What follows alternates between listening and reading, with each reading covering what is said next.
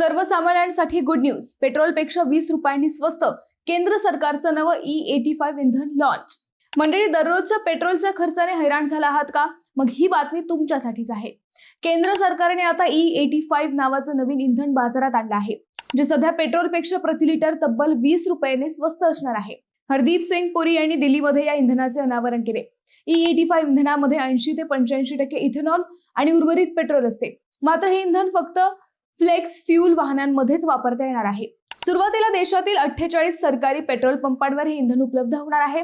सरकारचे लक्ष्य 2027 पर्यंत 5000 पेट्रोल पंपांवर E85 उपलब्ध करण्याचे आहे.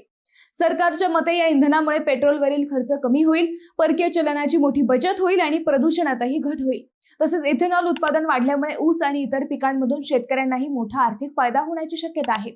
म्हणजेच E85 हे इंधन ग्राहक, पर्यावरण आणि शेतकरी तिन्हींसाठी फायदेशीर ठरू शकते. पण केंद्र सरकारने लॉन्च केलेल्या या नवीन इंधनाबाबत तुम्हाला काय वाटतं हे आम्हाला कमेंट करून नक्की कळवा.